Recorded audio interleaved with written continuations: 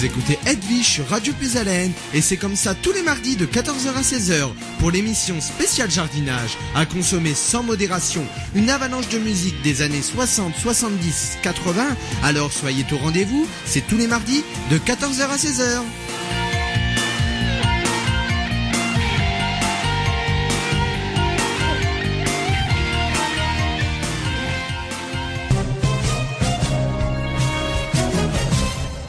Bonjour Edwige, bonjour Pascal. Bonjour Laure. Comment vas-tu? Ça va? De ce beau temps-là, on est bien quand même. Oui, c'est vrai. Et il fait bon, il a bien plus de nuit, ça fait du bien au jardin. Ça rafraîchit, ça fait du bien. Ça bonjour Pascal. Bonjour Edwige, bonjour à toutes et à tous. Bonjour Laure. Bonjour Pascal. Bien dormi avec la belle fraîcheur cette nuit alors. Oui, on était mieux quand même. C'est vrai que ça fait du bien. Alors, c'est vrai que hors antenne, on était en train de dire comment justement Pascal, le petit jardin de Puisalène. Et oui, déjà, on va commencer à parler au mois de juin. Je dis non déjà, mais oui, c'est vrai qu'on est quand même le mardi 30 mai où nous fêtons les Saints Ferdinand. Oui, Saint Ferdinand. Très beau prénom ancien d'ailleurs. Oui, c'est vrai, Ferdinand. Qui est devenu désuet. Enfin bon, c'est comme ça. Il n'y a plus beaucoup des Ferdinand. Maintenant, c'est quoi des Léons, des Théo, oui. des petits prénoms qui sont prénoms courts. Voilà, des prénoms courts. Et voilà. Alors Pascal, aujourd'hui, eh bien, dans le petit jardin de Puisalène, il y a plein de choses à faire encore. Et on parle de. Eh ben oui, c'est qu'on commence à préparer l'hiver. Ça me fait peur. Là, ça vraiment, ça me fait peur. Eh ben on n'a même pas encore commencé. Oui, mais le jardinier est prévoyant, donc oui. Il faut des plantations, des semis à faire déjà pour l'hiver, les betteraves rouges, les poireaux à planter pour l'hiver, et beaucoup de choses d'ailleurs. Voilà. Alors avant tout, moi je voulais revenir sur, puisqu'on s'est pas eu depuis, sur le Troc Plante qui est organisé. Oui. J'en ai un très bon souvenir et je remercie, tout le monde, on peut remercier les visiteurs que nous avons eus. Les visiteurs étaient des gens très intéressés et très intéressants. Oui, voilà, c'est vrai. C'est vrai que tu avais ta place. Tu étais bien, tu avais ta petite place. Alors en face, c'est vrai, il y avait monsieur et madame Decoche aussi. Mais c'est très agréable les gens avec des questions. D'échanger aussi. Oui, d'échanger, voilà. Donc certaines parlent de l'expérience, moi je parle de mienne. Ça, ce sont toujours des rendez-vous très riches. Voilà. Des petits moments de plaisir qui fait que on a envie de recommencer. Puis finalement, on n'a pas eu un temps si désagréable que ça. Ben non, on était bien. Un peu de pluie le matin, c'est tout. Voilà. Après, c'était très bien. Et on était très bien. D'ailleurs, dès que le soleil est arrivé, le public est arrivé. Super, c'est vrai. Voilà. Donc, oui. Merci Pascal. À refaire sans modération, effectivement. Pourquoi pas. Voilà. Donc oui, préparer l'hiver, effectivement. Déjà, on va peut-être parler depuis notre dernière entrevue, nous avons eu des gels très importants. Oui. Qui ont commis des destructions sur notamment les rosiers, qui étaient en plein bourgeon, les arbres fruitiers. Et on a eu des gels jusqu'à -6, 3 demi de suite. Et, il y a eu ça a été une grosse hécatombe. Des fruits, cette année, on n'en aura pas, ou pratiquement pas, la plupart des endroits. C'est comme ça. Puis là, il n'y a rien à faire. Ben non. On attend l'année prochaine maintenant. Alors, quand même une question qui va se poser, et je pense que tout le monde peut-être va vous la poser, on ne va pas abattre l'arbre, on le laisse jusqu'à l'année prochaine. Alors justement, il y a deux écoles qui s'affrontent. Les jeunes tiges, les jeunes rameaux, verts, ce qu'on appelle, qui ont gelé. Il y a deux écoles. On taille ce qui est gelé, on ne taille pas. Alors, de le retour d'expérience cette année que j'ai, moi, de ce qui m'est revenu, tous ceux qui ont taillé n'ont pas d'arbres qui sont morts. Par contre, ceux qui ont laissé ont des arbres qui sont morts. C'est-à-dire que la pourriture continue à descendre parfois dans le végétal. Voilà. Ah oui. Bon, effectivement, c'est pas agréable de tailler un arbre en plein mois d'avril, ou comme ça, au mois de mai, c'est effectivement. Mais c'est une solution, parce que l'arbre part. Tandis que là, effectivement, moi j'ai un abricotier qui, chaque rameau, 40 cm, carrément brûlé, donc j'ai taillé. C'est la solution, il n'y en a pas d'autre. Malheureux. Sinon, le phénomène fait que si on ne taille pas, on laisse comme ça, l'année prochaine, qu'est-ce qui se passe? Bien avant l'année prochaine, des arbres sont déjà morts cette année. Ah, d'accord. Voilà. Donc, c'est quand même... Bon, c'est- voilà. J'avais bien fait de poser la question, alors. Hein, quand Oui. même, hein. Oui, c'est vrai Non, que là... mais bon, il n'est pas trop tard encore. Il faut bien savoir que donc, le gel, c'est une plaie, hein, finalement. Donc, Oui. il faut couper en dessous. Hein. Un végétal qui est sain va cicatriser, il n'y a pas de problème. Hein. Voilà, il va repartir. Voilà, ça, ce sont les aléas. Malheureusement, ça arrive. On a eu chaud, froid, très chaud. Là, maintenant, on entre dans la période des orages. Très, très chaud maintenant, oui. Très, très chaud. Bon, ça a l'air de se stabiliser un petit peu pour les jours qui viennent. Une Qu'est-ce qu'il nous température. dit, monsieur Météo? Ah ben, je ne sais pas, s'il écoute, il peut nous appeler. Hier oui. soir, en direct, il m'a prévu, il m'a dit, ça passe chez toi, tu vas voir. Effectivement, c'est bien passé. Benjamin, tu nous appelles ou alors si tu veux on t'appelle. Hein, on va t'appeler, mais envoie-nous un petit texto sur le portable de Pascal, éventuellement pour savoir si on peut t'appeler. Tu nous dis à quelle heure. Et c'est vrai que ça serait bon de savoir un petit peu au mois de juin. Qu'est-ce qu'on fait? On fait quoi? Il fait beau, il fait pas beau. Aujourd'hui, bon. il doit faire 22 ou 23, cet après-midi, c'est une température 22, 23, oui. normale, quoi. Oui. Voilà, ça n'a rien d'extraordinaire, c'est bien. Bon, on a eu des 32, 33 degrés il y a 2-3 jours, ça c'est très excessif pour la saison. Oui. Même en juillet-août, c'est chaud, quoi, pour la région, je parle. Hein, voilà. Alors c'est pareil, c'est les températures. C'est vrai que des fois on a quand même des 10 degrés d'écart d'une journée à une autre, et ça c'est pas bon. Alors, les végétaux, ça c'est très théorique. Par exemple, la tomate, entre le jour et la nuit, on doit avoir 10 degrés d'écart. Sinon, la plante somnole, le fructifie mal, et bon, ça c'est comme ça, elle se met, Pour la booster un petit peu. elle se met en repos. Donc l'écart de température entre le jour et la nuit de 10 degrés, c'est très bon pour la plante. Par contre, effectivement, lorsqu'il y a des écarts beaucoup plus grands, ça devient gênant. Mais là, bon, ce matin, il faisait 15, hein, il faisait pas très froid. Hein. Ah oui. Il n'a pas fait froid, moi j'ai enregistré 15 chez moi, donc je pense qu'en gros c'est une valeur locale que tout le monde a eu plus ou moins. Et donc on va monter à 23 cet après-midi, peut-être un peu plus au soleil. Mais ça, Oui. c'est correct. Oui. Voilà. C'est nuageux par contre, c'est moins rigolo. Et donc qui dit température de 20, 22, 23 degrés et d'humidité, et ben on a notre ami le mildiou qui arrive. Alors, le mildiou, les pucerons, moi j'ai entendu, et ce matin j'ai entendu des poux, Des punaises. Des punaises. En forêt. Ouais. Mais beaucoup d'insectes ont besoin de chaleur pour se reproduire en masse. Hein, donc notamment les pucerons, lorsqu'il fait chaud, ils développent beaucoup. Alors qui plus est, lorsque il fait chaud, les gens arrosent, et souvent arrosent par aspersion, notamment sur les rosiers et autres, et c'est encore donc ça a pour effet de les booster, et ils se multiplient encore plus. Voilà. Alors, les tiques aussi. Les tiques, oui, ça c'est bon. un insecte d'été, ça. Hein. Oui, voilà, Bon, c'est ce ça. qu'il faut, c'est quand on se prend avec son chien, c'est faire attention à soi-même déjà, et avoir un chien qui est vacciné. Hein. Sinon, c'est irrémédiable pour lui. Hein. Voilà, bon, ça, ce sont des... On laisse faire la nature. Moi, je dis, C'est- quand c'est- vous allez en forêt, bon, vous savez très bien que, oui, il y a des punaises, oui, on va se balader, oui, il y a des tiques, et puis oui, des... Ah, j'ai vu une belle vipère il y a 2-3 jours. Qui passait à 2 mètres devant moi, je dis, tiens, autant j'ai pas, une vipère, autant j'ai pas vu dans mes pieds. Avec un V.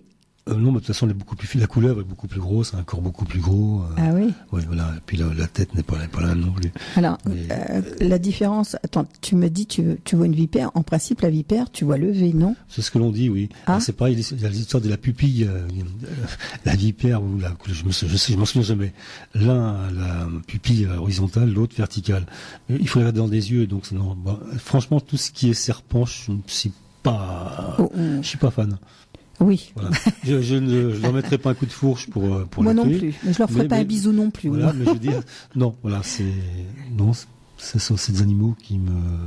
Bon, maintenant, tant qu'on leur fiche la paix. Hein. Oui, voilà, tout à fait, oui. Ah bah, une fois, il y a quelques années dans mon jardin, il y avait une vipère qui était enroulée sur un caillou chaud, donc qui était plus ou moins à l'ombre. Je la regardais à 50 cm, hein, bon, elle somnolait.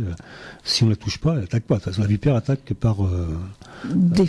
Pour se défendre, tout à fait. oui. Donc, Oui. non, ça... Bon, les couleuvres, il n'y a pas trop... C'est pas dangereux. Hein. Mais c'est vrai que, bon, c'est pas rare, mais bon, on est quand même à la campagne, donc oui, pourquoi pas. Hein. Tout à fait, oui. Et puis, en plus, les gens comme nous qui jardinons naturellement, toutes ces bêtes-là viennent, hein, c'est naturel. Alors, c'est ce que j'allais dire. Est-ce que c'est bon pour le jardin? Oui, non? Ah bah si, parce qu'il aussi bien le hérisson que les serpents mangent quand même certains des escargots et autres. D'accord. Des limaces, c'est très bien. Alors, c'est pas le serpent qui éventuellement va faire fuir les punaises, les tiques et puis non. Ça, je pense pas. Pense pas. Bon. Non. Voilà. Alors donc on parle de cette histoire d'hiver qui approche, et c'est vrai que il faut commencer à préparer maintenant les plantations, les semis d'hiver, parce que On sème déjà. Ah oui, même on plante. Oui. Bon, les pommes de terre sont plantées depuis un bout de temps. Oui. Donc là, comme il a plu, l'idéal, ça va débuter une seconde fois. Oui. Bon, ça, on garde l'humidité dessous, dans la terre. Et ça, c'est très bon pour C'est une pluie comme ça, là, les pommes de terre sont en pleine formation. Les tubercules, c'est l'idéal. Alors, sur les pommes de terre, la maladie, c'est quoi? Le mildiou. D'accord. Donc là, surveillance... Il n'y a pas les dorifores sur... Les insectes, oui. Alors ça, c'est amusant parce que dans le village, il y a des endroits, des jardins où il y a des dorifores et d'autres pas du tout. Alors le comment du pourquoi. Alors, les anciens disent oui, mais lorsqu'on met du fumier, il y a des dorifores. Moi, je mets des doses énormes de fumier. Je n'ai jamais vu un seul dorifore chez moi. Alors, je ne sais pas. J'avoue que... Alors, c'est inexpliqué pour moi. On va dire le dorifore, c'est une petite bête qui bouffe les feuilles. Voilà, qui se met dessous et qui les mange. Bon, ça, si on est patient, on les ramasse à la main, une par une. C'est ce que j'allais dire, mais elle ne mange pas la pomme de terre. Elle mange la feuille, mais la feuille, c'est le poumon de la plante. Oui, c'est vrai. Donc, ça marche pas bien, parce qu'on n'a plus de poumon. C'est vrai que, bon, on est quand même début juin. C'est vrai que les pommes de terre, il faut qu'elles aillent jusqu'au mois de septembre. Hein, pour les tardives, oui, tout à fait, oui. Bon, je pense qu'il y a des auditeurs qui ont déjà des copes, il y a eu des gels assez... je suis allé à la coopérative assez récemment chercher du Pentencadi. C'est un engrais minéral naturel bio. Voilà, bon, peu importe. Et le vendeur, Jackie, me disait, j'ai jamais tant vendu de pommes de terre à cette époque-là que cette année. Tout le monde a eu des pommes de terre congelées, donc les jardiniers retournaient acheter des plants de pommes de terre. Oui, c'est ça, donc, oui. Voilà. Et ça rejoint ce que j'ai toujours dit. De toute façon, il vaut mieux un semis tardif ou une plantation tardive plutôt qu'un semis ou une plantation ratée. Ça, pour moi, c'est... c'est la même chose, c'est beaucoup de travail, c'est double emploi, c'est du temps, c'est toutes ces choses-là qui fait que bon maintenant c'est vrai, il vaut mieux attendre et puis qu'on ait au moins de bons résultats. Oui, puis ça fait mal de voir une plante détruite par le gel. Bon, effectivement, si c'est arrivé déjà quelques rares fois d'avoir des gels en début juin dans nos régions, c'est arrivé déjà. Bon, là, effectivement, ça prend tout le monde de court. Et si on attend le mois de juin pour planter pommes de terre, ça va pas aller, ça c'est sûr. Mais il faut quand même respecter les périodes. Oui, planter, moi je connais qui plantent en février. Il faut aussi, on peut le faire, il faut les protéger. Oui. C'est toute une infrastructure, c'est toute une organisation. Il faut découvrir. Bon. Alors sur un rang, oui, ça peut être amusant de le faire. Mais quand voilà. Moi, je peux vous dire que je mange des tomates depuis dimanche dernier. Voilà. Ah bon? Oui. Ah, c'était tes tomates qui étaient en photo? Oui. C'est 2017, ça. Oh, tu verrais les belles tomates qu'il a. C'est vrai? Nous, on n'a rien du tout. Voilà. Donc, ce sont des plants que j'ai semés en février, que j'ai rempotés déjà dans un godet, après dans un pot plus grand, et après dans un grand pot de 18-20 litres, qui ont été protégés, sortis sur les canaux du soleil. Bichonnés, tout. Bon, oui. C'est bon sur 5-6 plants, mais s'il fallait le faire sur presque 1000 plants comme j'ai, c'est impossible, c'est ingérable. Voilà. Et donc, les pommes de terre, on va de même, si vous faites un rond de pommes de terre avec 20 pieds de pommes de terre, vous allez pouvoir les poser un voile dessus la nuit, ou rapporter du fumier de chaque côté pour le chauffer. S'il fait trop chaud, enlever le fumier. C'est jouable, pourquoi pas. Mais sur une grosse quantité, non, pas du tout.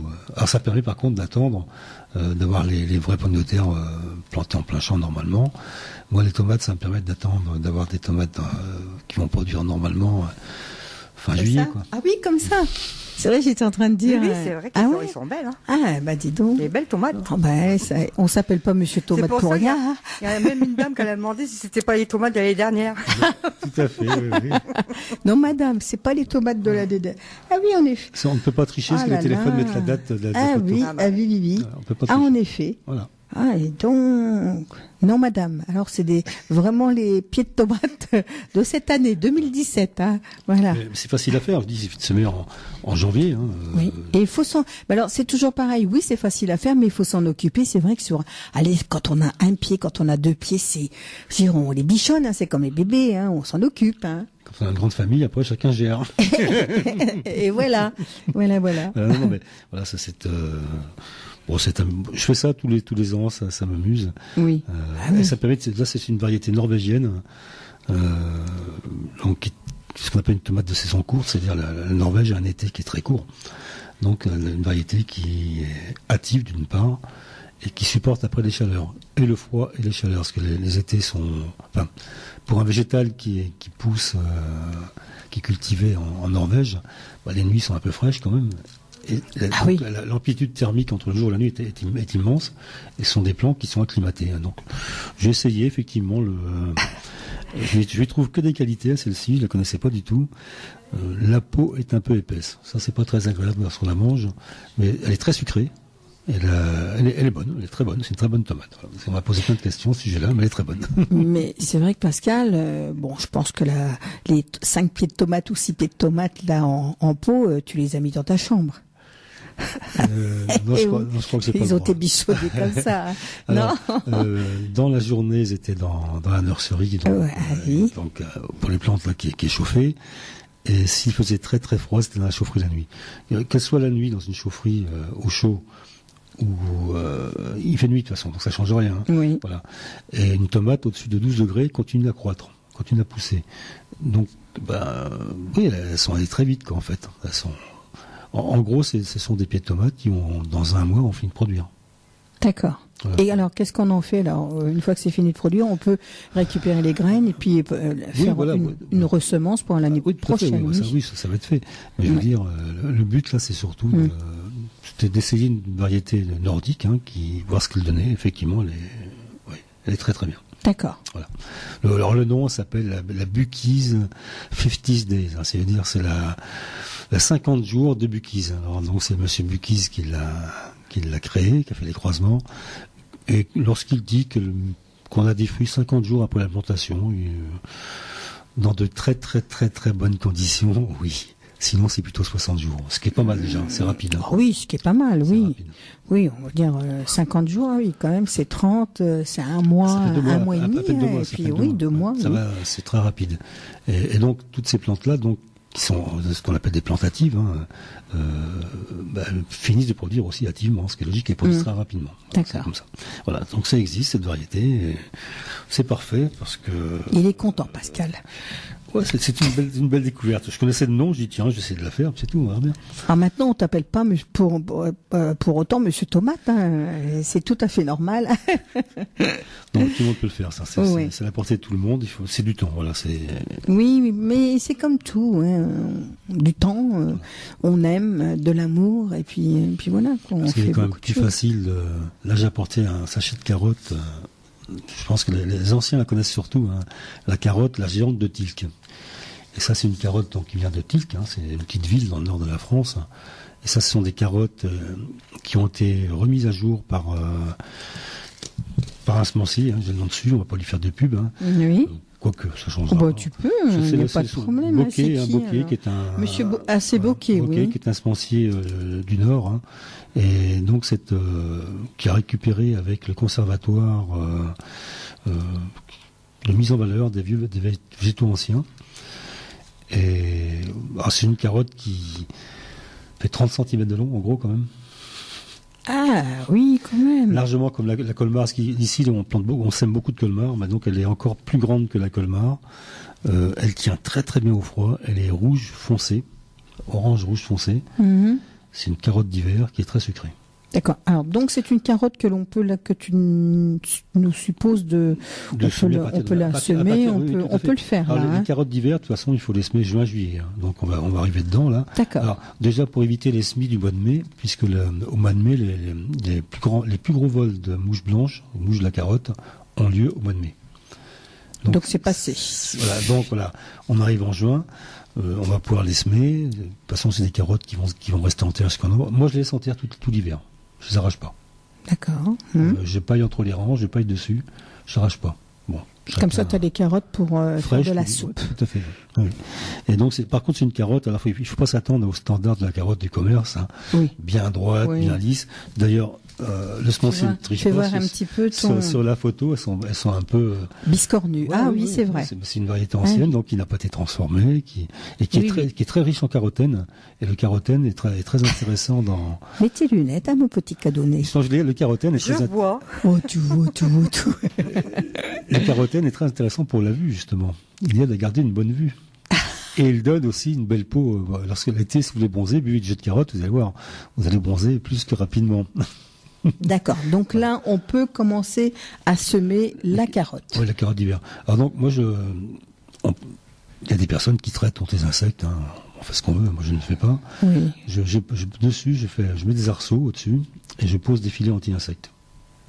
C'est un filet avec des mailles très très fines, les insectes ne passent pas, la lumière passe, la pluie passe, on peut arroser par-dessus si on veut vraiment arroser. C'est pratique. Alors on trouve ça en jardinerie, c'est même sûr, en bout de 5 ou 10 mètres de long, je pense. Et c'est efficace. C'est très efficace. Ah oui, ça fait une barrière naturelle, donc c'est efficace. L'insecte n'a pas d'accès. Oui. Donc sur les carottes et les poireaux, déjà, je sème les carottes près des poireaux. Oui. Parce que l'odeur de l'un repousse les prédateurs de l'autre. Hein. La mouche du poireau, la mouche de la carotte se repousse par les odeurs. Et en mettant en plus donc un filet anti-insecte dessus, ça c'est l'idéal. Voilà. Alors, moi j'achète des rouleaux de 100 mètres. Hein. J'en ai un de 100 mètres que j'ai acheté il y a 2 ans, 10 ou 3 ans. Effectivement, ça fait peut-être cher pour plusieurs personnes. Mais peut-être est-il intéressant de se mettre à 2 ou 3 personnes d'acheter un rouleau en coopérative qui coûtera 5 fois moins cher que pour 5 ou 10 mètres en jardinerie. Et puis c'est efficace et c'est naturel. C'est efficace, c'est naturel, il n'y a pas de problème. Il n'y a pas besoin de, comme on dit, d'acheter de l'insecticide pour pouvoir justement traiter contre la mouche de du poireau, la mouche de la carotte. Parce qu'en fin de compte, la mouche, c'est sur les deux, sur la carotte, et c'est la mouche du poireau aussi, non? C'est-à-dire que l'odeur de la carotte repousse la mouche du poireau, et l'odeur du poireau repousse la mouche de la carotte. Voilà. Il y a plein de choses. Si vous voulez pas avoir d'altis sur vos choux, puisque maintenant on va arriver à l'époque où on commence à épamprer, je veux dire, à enlever les bourgeons des tomates. On coupe beaucoup de gourmands, ça se fait souvent, ou même les feuilles du bas, vous les posez sur le chou, et en se desséchant, c'est une odeur très très forte qui va déranger les insectes, qui n'iront pas. Ça marche. Donc à surveiller.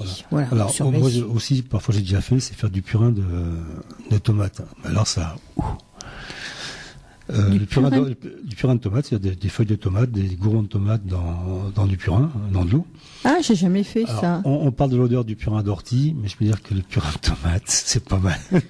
Et ça fait quoi alors, Pascal? Ça repousse les insectes. En plus, c'est un engrais aussi. C'est un engrais. Hein. Ah, d'accord. Ah, ben oui, c'est bon à savoir, tiens. Mais au niveau odeur, c'est très fort. C'est très tenace. Donc le mieux, c'est que lorsque vous enlevez les bourgeons, les gourmands de tomates, vous le posez sur le chou. Vraiment, au pied dessus. D'accord. Et en se desséchant, il va y avoir une odeur très très forte qui va déranger les insectes. Et ça marche. Voilà, ça c'est une chose. Il y a plein de choses. Alors on parlera peut-être après justement des maladies des tomates, mais on a le temps, comment les traiter. On peut aussi parler aussi du jardin des fleurs quand même. Oui, un petit peu. C'est vrai que les fleurs, c'est aussi bon à sentir dans le jardin. Oui, même à consommer parfois. Même à consommer. Alors à consommer, c'est-à-dire manger. Oui, les fleurs de capucine, c'est très très bon. Oui, c'est vrai. Notamment les fleurs de capucine. Si on regarde bien, par exemple, il y a des pois grimpants dont on mange des fleurs aussi. Bon, c'est pas très commun dans la région, mais ça se fait. Ça n'a rien de. Voilà. La capucine tubéreuse, on mange la racine. Voilà, c'est bon. C'est pas très commun dans la région, faut dire ce qui est, mais c'est. Capucine, moi je le fais. Capucine, oui. Capucine, en plus, c'est très poivré au goût. Oui. Enfin, c'est relativement poivré. Mais alors déjà qu'on a déjà semé la capucine, hein, quand même, non? Voilà, ça sème tout seul. Ça. Quand on l'a mis une fois, je pense que... Oui, c'est vrai. Bon. C'est bien, justement. Alors, alors, je ne sais pas s'il y a des auditeurs qui ont le même phénomène que j'ai moi.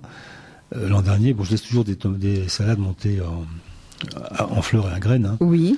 Et j'ai des semis spontanés de salade cette année qui sont magnifiques, un peu partout dans le jardin. Et j'ai un ami qui a la même chose, constate la même chose que moi. Alors, est-ce que c'est une année spéciale où ça a bien réussi? Je ne sais pas. J'en ai partout. Parce que c'est vrai, on dit d'une année à une autre, ça ne se ressemble pas. Hein. On n'a pas du tout les mêmes années. Sur les vieilles variétés. Oui, peut-être. Oui. Ceci n'est pas trop. De toute façon, même à la limite, allez, même si votre salade de l'an dernier est différente de celle de cette année. Oui, c'est une salade. C'est les bonnes. Et en plus, c'est semé, la nature vous l'offre. Exactement. Qu'est-ce qu'il y a de mieux? C'est vrai. Moi, c'est amusant parce que là, en tomate, j'ai planté 800 et quelques pieds en tunnel, hein, donc ça c'est pour les essais. Et j'en ai mis dehors, donc ils vont être chargés de subir la pluie comme hier soir, la sécheresse. Certains pieds vont être trop arrosés, d'autres pas du tout, d'autres vont être taillés, d'autres pas taillés. Donc ça c'est pour voir comment se comporte la plante, hein, une nouvelle variété. Et donc où j'ai voulu les planter, des plantes de salade, donc j'ai mis des tuteurs pour pas écraser les petites salades. Ah ouais, puis elles sont magnifiques, hein, mais il y en a partout. C'est la première année où je vois autant de spies spontanés comme ça. Alors peut-être que les salades aiment bien les tomates. C'est ça aussi. Hein. On a fait les amours hein, entre toutes les deux. C'est bien, ça colle bien peut-être. Beaucoup de jardiniers plantent des salades entre les pieds de tomates parce qu'il y a une place assez importante d'une part. Oui, c'est vrai. Et lorsqu'on arrose l'un, on arrose l'autre. Oui. Ah oui. Aussi, donc oui, pourquoi pas. Et en plus, la salade bénéficie de l'ombre de la tomate qui est plus haute. Oui, aussi. Donc il y a quand même quelque chose. Hein, mais franchement, il y a. Alors quelle variété c'est pour l'instant, je ne sais pas. C'est de la laitue, c'est sûr. Quand elle monte adulte, je verrai qu'elle. Peut-être qu'elle a varié justement. Je ne sais pas, mais c'est remarquable ces semis spontanés. Alors tu vas nous dire ça dans un mois, non? Dans un mois, je leur ai dit qu'elles auront été consommées, je pense. Voilà. Donc dans un mois, on va savoir. Alors mon petit cadeaunet chéri que j'aime, est-ce que tu nous as préparé de la petite musique hein? Oui, avant ça, il y aura une petite annonce. Ben voyons, fais comme chez toi, surtout. On passera avec Michel Monaco avec La Fleur aux Dents. Oui. Et Claude François avec ma meilleure amie. Ah, je t'adore, tu le sais. Alors, il faut rappeler aux auditeurs quand même le 03 44 75 3000 pour pouvoir poser des questions, bien sûr, en ce qui concerne le jardin, les fleurs, et puis tout ce que vous voulez poser à Pascal. Se fera un plaisir de vous répondre. Merci, Laure. Et puis, musique, hein, ou alors bande-annonce, pourquoi pas.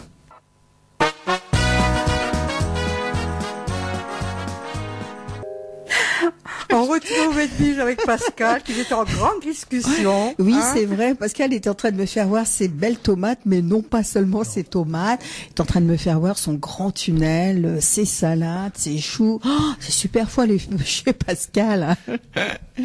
Et oui, mais c'est du boulot tout ça. Moi, et c'est un plaisir, mais c'est plus qu'un plein temps. Ça. Ah, voilà. Ah bah oui, c'est sûr. Hein. c'est pas la saison de repos là. C'est comme ça, c'est tout. Et... c'est une passion. C'est une passion, ah oui. Mais t'as des belles salades, hein. Ça c'est vrai, de belles tomates quand même. Ah aussi. Je suis jalouse. Alors là, on était en train de dire, on va appeler Benjamin. Peut-être que oui, je pense que Laure est en train de le faire. En attendant, on peut peut-être parler de fleurs. Oui, alors comme il a plu pas mal apparemment, j'espère que tout le monde en a eu, donc le sol est humide, il est chaud, parce qu'il faisait très chaud avant, tout ce qu'on va semer maintenant va lever à une vitesse extraordinaire. Alors pourquoi tu dis tout le monde en a eu? Parce qu'il y en a qui en ont pas eu. C'est des orages, donc moi j'ai un ami qui a rien eu. Ah oui, nous Carlepont on a eu. Oui voilà, et donc il y a des endroits, mais vraiment rien. On a eu quelque chose de bien aussi. On a Monsieur Météo en ligne. Ah bah voilà, donc si on a Monsieur Météo en ligne, j'espère qu'il nous apporte des bonnes nouvelles surtout. Oui. Allô? Oui, allô? Oui. Bonjour Benjamin. Oui, bonjour Edwige, bonjour Pascal et bonjour aux auditeurs et auditrices. Bonjour Benjamin, ça va? Oui. Ça va, bon, tu apportes des bonnes nouvelles j'espère. Oui. Alors, oui, on t'entend pas Pascal, Benjamin. Oui, allô? Voilà, ça y est, c'est revenu. Ah, c'est mieux? Oui, bon, c'est voilà. Mieux. D'accord. Oui, donc concernant les prévisions, oui, ça va être plutôt des bonnes nouvelles, même si ça va Pour ce week-end, c'est tellement indécis que je vais pas savoir réellement vous dire le temps qu'il fera exactement. C'est un peu hasardeux. Et toujours est-il que là, on a après l'épisode de forte chaleur qu'on a connu la semaine dernière, c'est assez exceptionnel quand même pour une fin mai d'avoir connu ça. Et les épisodes orageux d'hier, là on va aujourd'hui on a un ciel de traîne, donc des nuages bas. On voit, ça a du mal un peu à se lever, le soleil se montre et se recache sous les nuages. Mais la bonne nouvelle, c'est qu'on a un petit anticyclone qui est en train de revenir du sud de la Bretagne et qui va s'installer sur la Manche. Et donc du coup, qu'est-ce que ça va avoir comme conséquence ? Ça va permettre le retour progressif du beau temps et des températures estivales. Mais alors attention, cet anticyclone, il sera un peu faiblard. Et donc du coup, demain, on va déjà parler de la journée de demain, on risque de se réveiller avec des nuages très bas, tellement bas même qu'on pourra avoir des brouillards par endroits, et ça va avoir du mal à se lever, mais au cours de la journée, on devra avoir de plus en plus de soleil et des températures qui vont monter un peu, on atteindra les 23-24 degrés. Ah oui, quand même. Et donc voilà, oui, ça va être plutôt agréable. C'est juste que d'un point de vue ensoleillement, ça va avoir du mal à se lever. Ensuite, normalement, cet anticyclone, il sera bien positionné et on devra avoir donc par la suite, pour la journée de jeudi, une très belle journée avec des températures en hausse aussi bien le jour que la nuit. Donc on descendra à peine les 15-16 degrés la nuit et en journée, on atteindra facilement les 25-26 degrés pour la journée de jeudi, facilement, et un temps qui sera globalement ensoleillé. Pour la journée de vendredi, alors là, c'est là que ça va changer et on va avoir cet anticyclone qui était sur la Manche, il va progressivement, normalement, monter vers le nord et laisser place à de l'air plus humide et donc un nouvel épisode orageux qui est tout à fait possible. Alors, c'est pas la peine d'essayer de savoir si pour l'instant les orages seront violents, si ça va être des orages locaux ou pas, c'est un peu trop loin pour dire, mais toujours est-il que là les températures vont être encore plus élevées, on atteindra les 28-29 degrés et ce dès le matin. Donc ça sous-entend que la nuit sera très douce, on aura à peine 16-17 degrés grand minimum la nuit, et des orages, alors violents ou pas, ça on verra, c'est les prévisions de la fin de semaine qui nous le diront. Il semblerait que plus la fin de semaine arrive, moins ils sont violents, mais bon, voilà, ça sera confirmé. Et donc après ces orages, la journée de samedi devrait se montrer un peu plus chaotique avec une journée qui est un ciel de traîne, donc on va avoir des averses orageuses toute la journée, donc ça va passer par ça passera ou ça passera comme on dit, hein. Donc on verra à ce moment-là quelles sont les régions qui vont être touchées. Ça devrait rester quand même pas très important, et donc après ce samedi qui sera un peu chaotique, c'est là que tous les modèles météo divergent. Donc certains prévoient un dimanche et le retour des conditions anticycloniques la semaine d'après, la semaine prochaine, et d'autres voient au contraire l'arrivée des perturbations. Donc moi je vais pas m'avancer, je peux pas dire exactement parce que c'est vraiment hasardeux, mais toujours est-il que en cette fin de semaine, on va avoir de plus en plus de beau temps, avec le retour possible des orages en fin de semaine et un week-end qui s'annonce mitigé, donc entre averses orageuses et beau temps. Et la semaine prochaine, il faut vraiment attendre la fin de semaine avant de prononcer quoi que ce soit. D'accord. Voilà pour le bulletin. Ben, c'est pas mal, hein, c'est pas trop mal, hein, on va pas se plaindre non plus. Il y a pire, il y a pire, oui, mais voilà. Et puis bon, même si on aurait de l'arrivée des perturbations la semaine prochaine, ça serait pas vraiment dramatique parce que là j'ai un peu regardé les relevés sur Météo France, on est quand même en déficit selon les endroits en Picardie à plus de 60% des précipitations. Les nappes phréatiques sont extrêmement basses cette année, oui. Et malgré les pluies qu'on a eues par exemple orageuses d'hier, ce ne sont pas ces pluies-là qui vont remplir les nappes. Hein, non. Ces pluies-là, elles n'ont fait que lessiver les sols, elles se retrouvent dans les cours d'eau. Ça n'a servi à la limite qu'à remplir nos tonneaux ou nos cuves à eau, mais sinon les nappes phréatiques, moi à titre personnel par exemple, le puits que j'ai chez moi, il est complètement à sec. Et c'est la première année que je vois ça. Et si tôt en saison, je veux dire, d'habitude pour être à sec, ça a déjà arrivé, mais on est plutôt aux alentours de septembre. Là, une fin mai, je ne peux plus rien en tirer, donc ça va être économie d'eau. Ça c'est certain. Alors que il y a un an à peine, on était en surplus d'eau encore. Exactement, on a même eu de graves inondations pas très loin. Oui, je peux en parler. Voilà. C'est vrai. Donc il aurait fallu un peu un mix des deux. Une année un peu plus sec, enfin un printemps plus sec l'année dernière et un peu plus humide cette année, c'est sûr. Alors, Mais Benjamin, c'est dû à quoi ça on va dire d'une année à une autre, une année où on est inondé, puis l'autre année où c'est sec. Ah, mais ça c'est les aléas climatiques. C'est un peu le météo, ça a toujours été un peu ça. Donc c'est vrai que ces phénomènes de forte chaleur, de temps, de tout ça, il est clair que le réchauffement climatique dont on entend parler, il est indéniable, il joue là-dessus. Mais après, ce qu'il faut bien comprendre, c'est que c'est la météorologie, il n'y a rien de plus capricieux, je pense. C'est une science très capricieuse, c'est loin d'être une science exacte, d'ailleurs, et c'est pas prêt d'en être une. Et donc, expliquer réellement pourquoi on a plus d'anticyclones, par exemple, cette année, qui nous apporte plus d'air sec que l'année dernière, c'est un peu difficile à expliquer. Mais voilà, après, rien ne dit qu'on va avoir on peut très bien avoir un été extrêmement pluvieux, on va enchaîner les dépressions et on va regretter notre printemps. Ça on peut pas le dire à l'avance et malheureusement voilà, c'est très capricieux. Et pour vous dire même déjà qu'on a du mal là actuellement, ce serait vous mentir si je vous affirmais le temps qu'il ferait la semaine prochaine.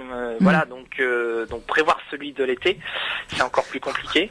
Mais voilà, c'est des aléas climatiques. Là, Benjamin, c'est très bien. Là, pour la semaine, moi, c'est bien. Ah oui, c'est très bien. Pour la semaine, c'est bien. Et puis en plus, c'est bien parce que, comme je disais hier, il a plu dans beaucoup d'endroits.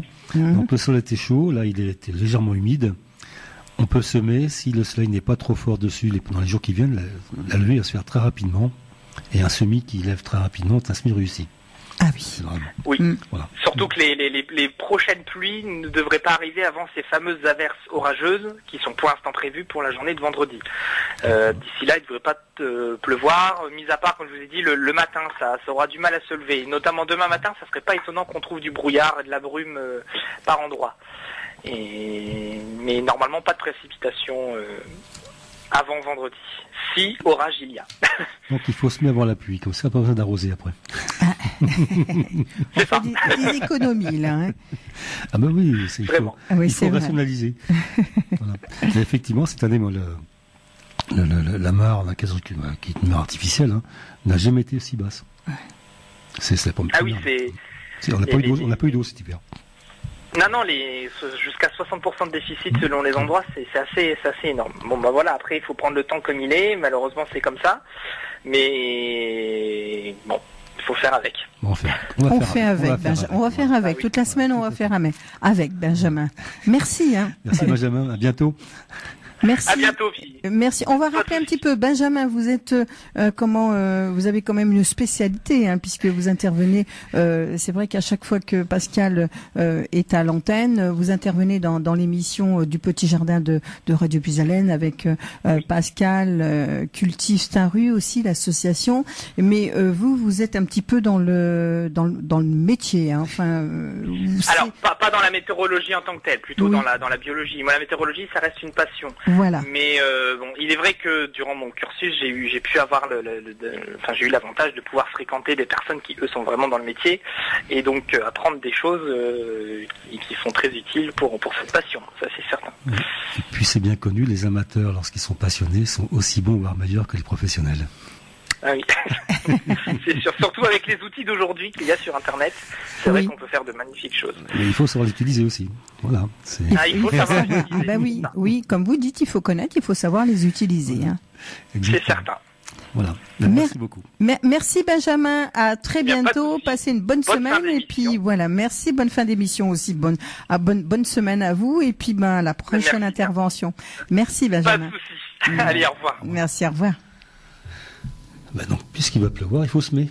Oui. Il faut semer les carottes, les salades d'été, donc les laitues, les escaroles. Oui. Les carottes, on sème tout, on sème. Oui. Les haricots verts, parce que moi, les haricots, chez nous, avant le 15 mai, c'est difficile. C'est très hypothétique. La preuve, cette année, on a pu beaucoup congeler. Ou alors, il faut toujours les protéger. Bon, ça, c'est une autre Là, on sème le haricot, là? On peut, oui, tout à Oui. fait. Oui.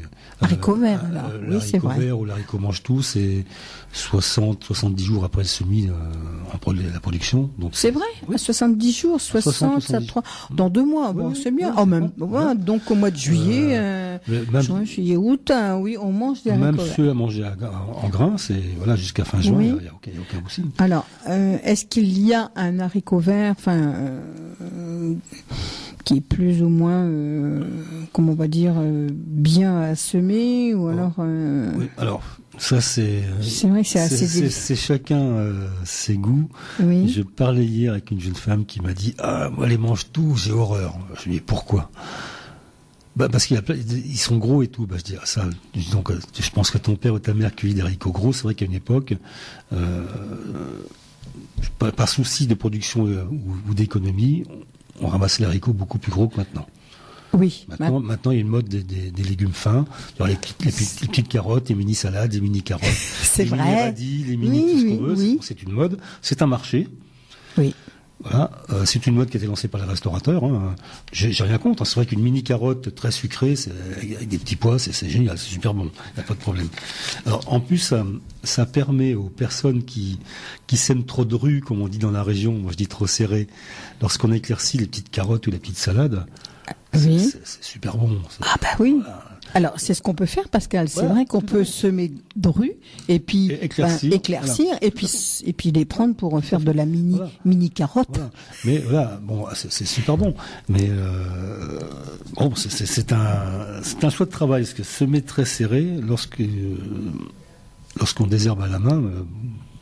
Si on arrache une herbe, on arrache des petites carottes aussi. Oui. Bon, sur le nombre, c'est pas grave de toute façon. Voilà. Mais c'est vrai que c'est moi, les salades, la plupart, je les sème en place. C'est-à-dire, je prends des graines, je mets une graine tous les 10 cm, en gros. Si elles lèvent toutes, j'en enlève. Oui. Voilà. Et donc, il n'y a pas de stress, généralement. C'est une façon de faire, une façon de cultiver. Alors, par contre, autant avant je cultivais des grandes séries, maintenant, je te montre une photo, je fais des petites séries de 15-20 individus, pas plus, régulièrement, tous les 10 jours. C'est ce qu'il faut faire, oui, je de pense. plusieurs variétés, voilà. Bon, si on est une grande famille, moi ça pose aucun problème. J'ai des voisins qui sont charmants. Je leur donne des salades. Voilà. On fait plaisir. Oui, on échange plein de choses comme ça. C'est super. Puis Pascal, il y a les poules. Exactement. Là j'ai planté les choux d'été. J'ai semé, donc c'était sur une plaque de 40, j'ai semé 40 graines, il y a 40 choux qui ont levé, je les ai tous plantés. Je sais très bien que des choux d'été, en gros, on les consomme sur un mois. Je sais pas consommer 40 choux.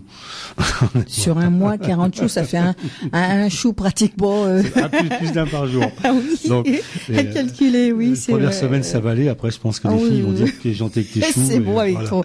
Papa avec ton chou, c'est beau. Hein. Alors, ce que je vais faire là-dessus, puisque je suis jardinier, donc prévoyant, je vais en préparer avec du lardon en bocaux, et le reste, c'est les poules qui vont les manger. Ah oui. Et les poules vont être très contentes de manger les choux. Voilà, c'est tout. D'ailleurs, elles mangent salade ou chou, le reste, les épluchures, je peux leur en donner. Elles n'en veulent pas. Et qui c'est qui mange les épluchures alors? Je les mets au compost. Ah ben oui, voilà. Tout à fait. Dans le compost, on met... Alors, c'est pareil, on parle du compost, on met de tout dans le compost. On fait un bon petit mélange, là, et puis, bon... Moi, le compost, je pars du principe qu'on peut tout mettre. Maintenant, on peut mettre du carton. Sauf si dessus il y a des encres de couleur chimique, ça c'est gênant, mais un carton marron, là c'est un carton brut, donc il n'y a pas de colorant, il n'a pas été blanchi au chlore, il n'y a pas de problème. On peut mettre les épluchures, quelles qu'elles soient. Oui. Alors ce qu'il faut éviter, c'est lorsqu'on achète des fruits, genre orange et autres, qui sont des hormis si c'est du bio bien sûr. C'est acide ça, voilà. Oui. Non, mais en plus c'est tellement traité. Voilà, oui, bon. C'est vrai. En gros, je vais le dire, tant pis, je vais me faire pourrir peut-être. Coupe. Surtout, n'achetez pas de fruits et légumes qui viennent d'Espagne. T'as coupé, c'est très bien. Voilà. Nous avons des producteurs locaux. Même maintenant, nous avons des producteurs de fraises en local, nous avons des producteurs d'asperges, nous avons des producteurs de pommes, nous avons des producteurs de tout ce que l'on veut ici. Bon, il faut attendre, c'est tout. Exactement. Tiens, tu parlais des fraises. On a des fraises les fraises, alors moi, les premières... Elles sont en train de... Les premières en gelée, moi. Oui, c'est vrai. Elles sont... Toutes noires, oui. Elles commençaient juste à rougir un peu, elles n'ont pas aimé. Donc elles ont gelé, donc les pieds repartent, ils sont très en retard, maintenant c'est tout, c'est comme ça, c'est tout. Mais c'est vrai qu'il faut consommer local, les fraises de chez nous, chercher les choses ailleurs. Les fraises espagnoles, on pense surtout à celle-ci. Autant Benjamin fait de la recherche en biologie et autres. Oui. Moi, c'est une autre recherche. Lorsque vous faites les détails des produits chimiques d'une fraise espagnole, vous avez 196 molécules chimiques dans la fraise. Pour moi, ça me pose un problème. C'est beaucoup, c'est énorme. Alors, le problème, surtout, c'est les Espagnols utilisent des produits chinois qui sont interdits normalement en France. Donc il n'y a pas de contrôle. Maintenant, voilà, ça existe, je ne vais pas rentrer là-dedans, mais nous avons des producteurs en pommes, nous avons des producteurs dans la région les fruits rouges à Noyon, c'est pas une légende. Bien sûr. La fraise, la framboise, le cassis et tout la groseille, on a des producteurs. Même si ces gens-là traitent pour X raisons, il n'y a pas de transport déjà d'une, puis ça fait vivre des gens locaux. Bien sûr, non mais ça il faut le souligner aussi. Un produit qui va être cueilli à 10 km de Noyon, qui va se trouver sur le marché de Noyon samedi matin, va être cueilli la veille, généralement. Oui. Ou même l'avant-veille, au maximum. Oui. Lorsque vous achetez un produit dans un supermarché qui arrive d'Espagne, c'est différent. Là, non, ça même pas très très longtemps avant, il passe sous un portique, il est ionisé. Alors ionisé, si je vous disais ce que c'est, en gros, ça revient à balancer des produits radiochimiques dessus. Ouais. Voilà. Il faut le dire. Il faut le dire. Alors Pascal, nous avons quelqu'un en ligne. Alors nous avons Jean-Bernard de Venette qui voudrait un petit conseil. Voilà, alors Jean-Bernard. Oui. Bonjour Jean-Bernard. Allô? Oui. Bonjour Jean-Bernard. Bonjour, je voudrais demander quelque chose aux jardiniers. Oui. Est-ce que on peut encore piquer des tomates en ce moment? Oh oui. Sans aucun problème, tout à fait. Alors cette année, je suis plus en avance que d'habitude. J'ai fini de planter mardi dernier. Sinon, je plante généralement entre le 25 et le 3-4 juin. Donc il y a aucun problème. Aucun problème. Non, au contraire. Ils vont rattraper le retard, de toute façon. Alors si vos plants sont un peu hauts, vous les couchez. Vous devez savoir ça. Vous les couchez à 45 degrés dans le sol. Ils vont faire des racines sur toute la longueur de la tige.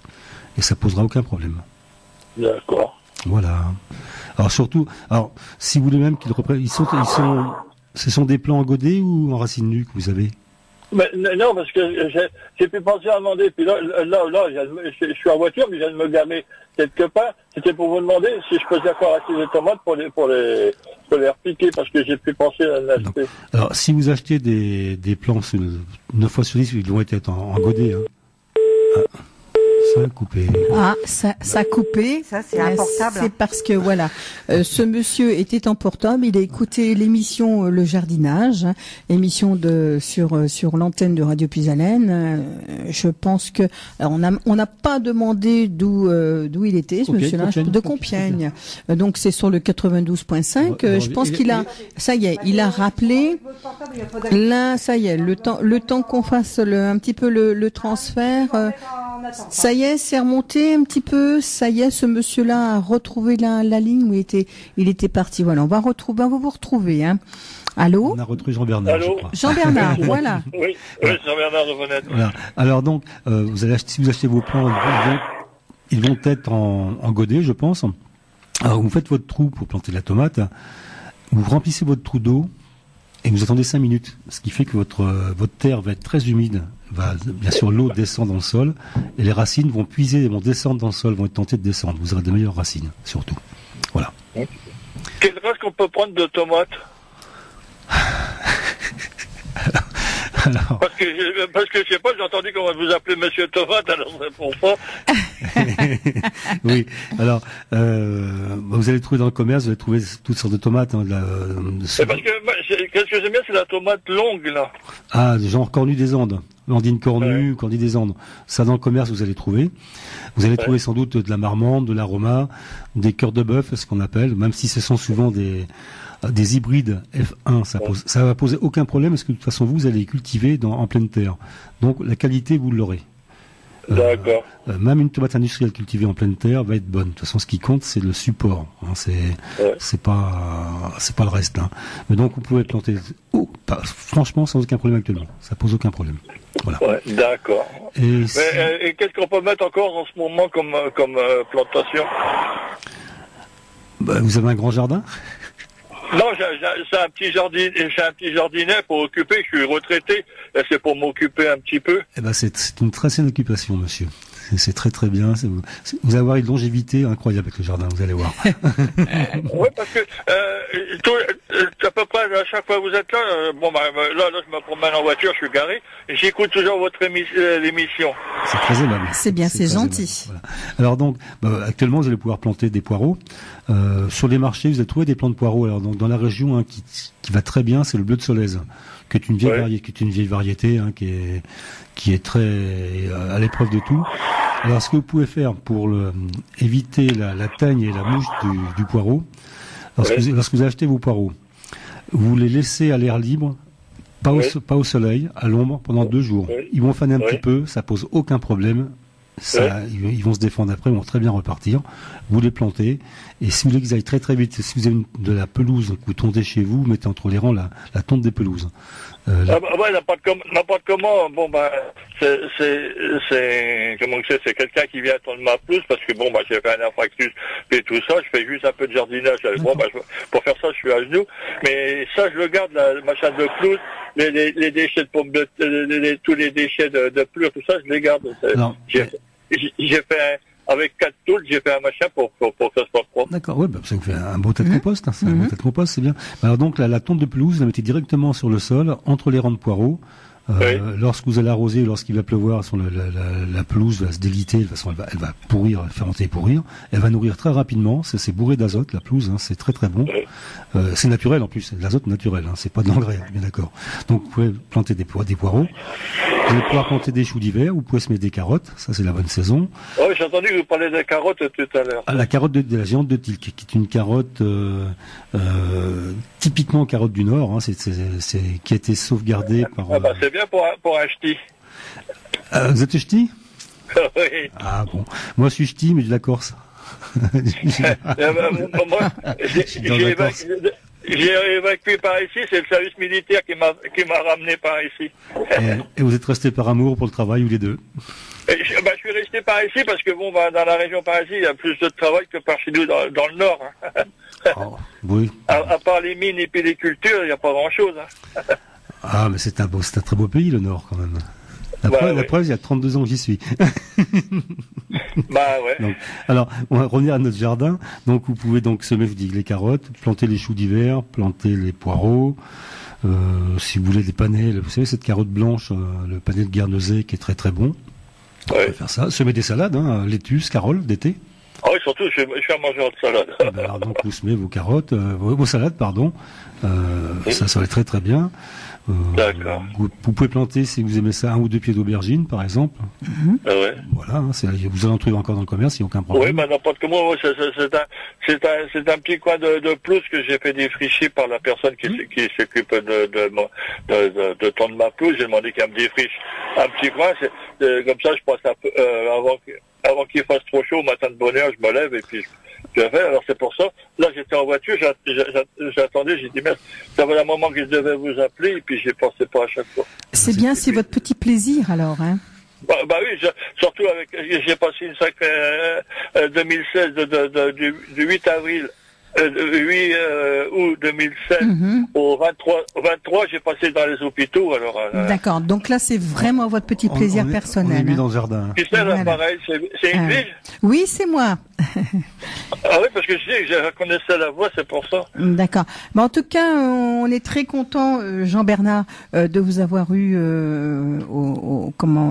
par l'insert téléphonique.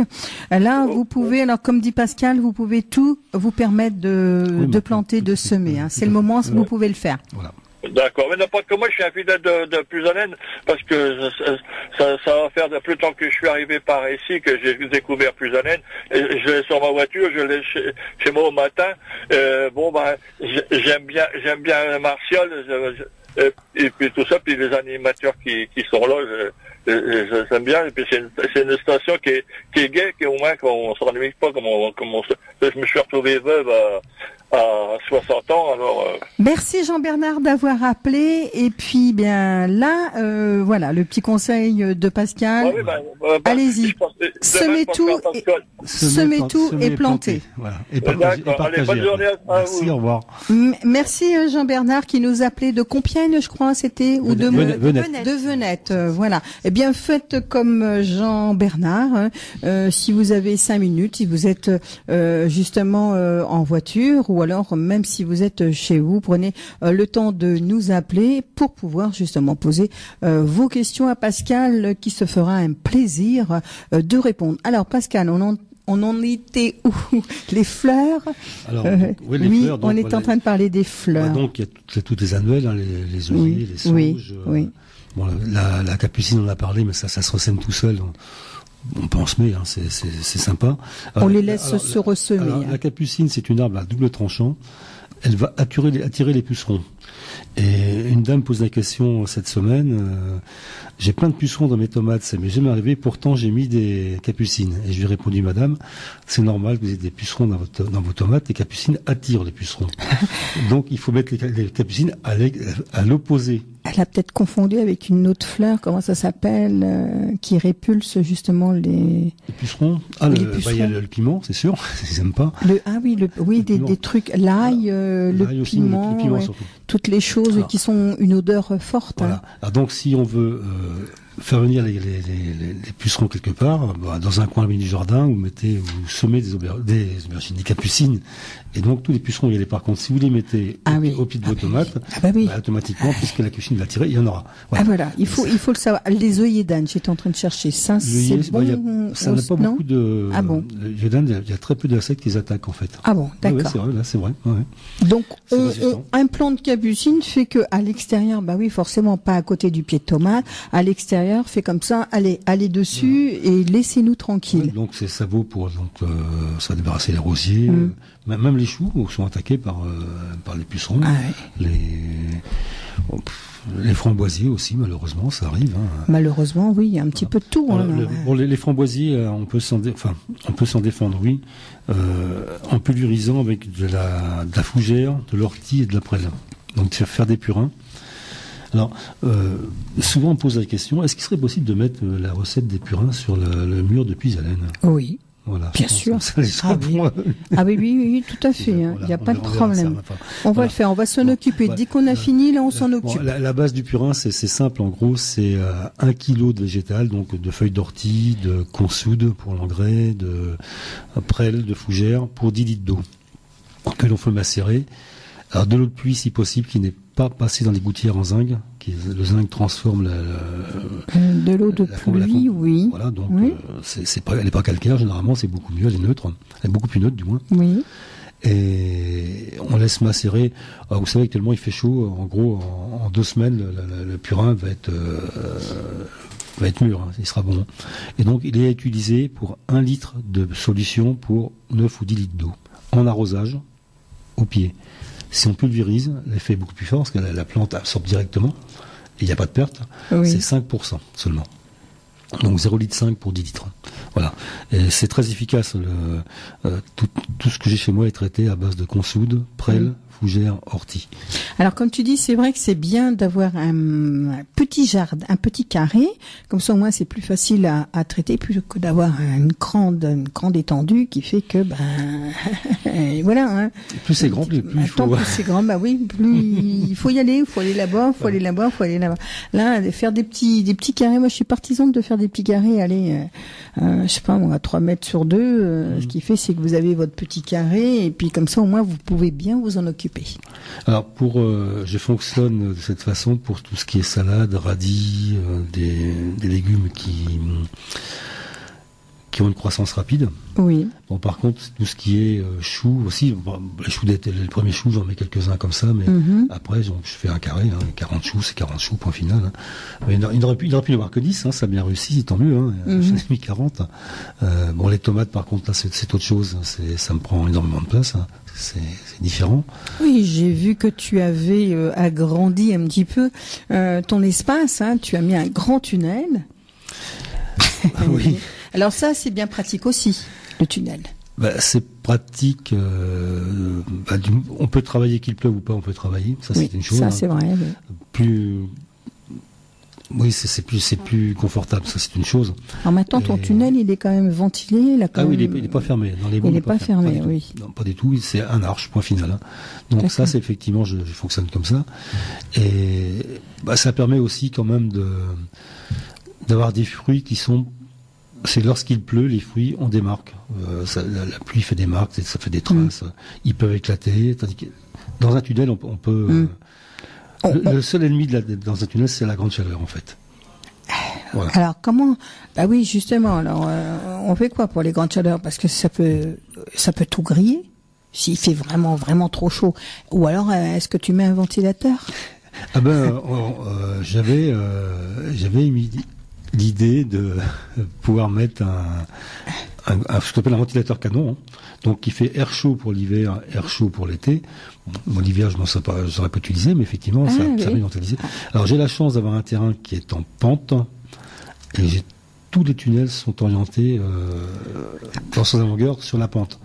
Ce qui fait que naturellement, il y a une convection. L'air chaud monte, donc sort au bout du tunnel. Ah, ça c'est bien. Voilà, c'est un petit peu... C'est des astuces aussi. Oui, parce que là, j'ai la chance d'avoir un terrain qui est plat. Oui.